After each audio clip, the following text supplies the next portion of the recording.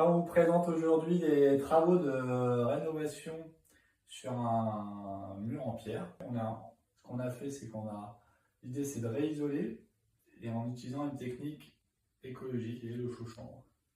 Donc on travaille avec Erwan Pénin qui travaille avec Hexagone depuis quelques années maintenant et qui est spécialisé dans cette technique et vous expliquer comment on fait. Bonjour, Erwan Pénin. On rénove une maison en pierre avec un béton de chanvre pour l'isoler. Les différentes étapes, on a enlevé l'enduit ciment sur la pierre, j'ai bien dépoussiéré la pierre, bien nettoyé le mur. On applique une première étape, un enduit en soubassement pour assainir le mur. C'est un enduit anti-salpêtre. Donc ensuite, en deuxième étape, on va mettre un béton de chanvre d'une dizaine de centimètres d'épaisseur qui a un rôle d'isolant et qui permet de conserver l'inertie du mur, qui permet aussi de réguler l'hygrométrie et qui laisse le mur respirer. Il y a forcément des remontées par capillarité dans le mur en pierre et cette humidité va pouvoir sortir.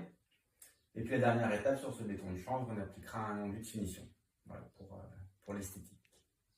Alors, en finition sur un béton de chanvre, on peut appliquer différentes sortes d'enduits, des enduits chaud sable, des enduits chaud chanvre, par exemple, ou alors des enduits de terre, et en l'occurrence ce sera un enduit à la terre argileuse en général.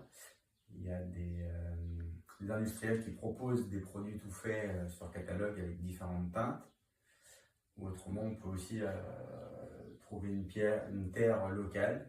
Voilà, il faut que l'esthétique plaise. On réalise des essais pour vérifier que le mélange de terre et de sable ne fissure pas ou ne faïence pas, ne parte pas en poussière. Il faut avoir la bonne dose de liant et de sable. Je viens de terminer une formation sur l'utilisation de la terre dans le bâtiment. Et donc l'idée c'est aussi, une fois qu'on a fait des formations, pouvoir tester en vrai. Et du coup, on va faire ce projet en finition terre. Et on va aussi le faire sur un autre projet plus important, des pompiers à vannes. Donc on va faire là un bâtiment mixte, béton, bois, isolation paille et finition terre. Donc ça permet aussi donc, de réutiliser la terre du site et avoir en finition quelque chose qui est aussi thermiquement, hygrométriquement intéressant.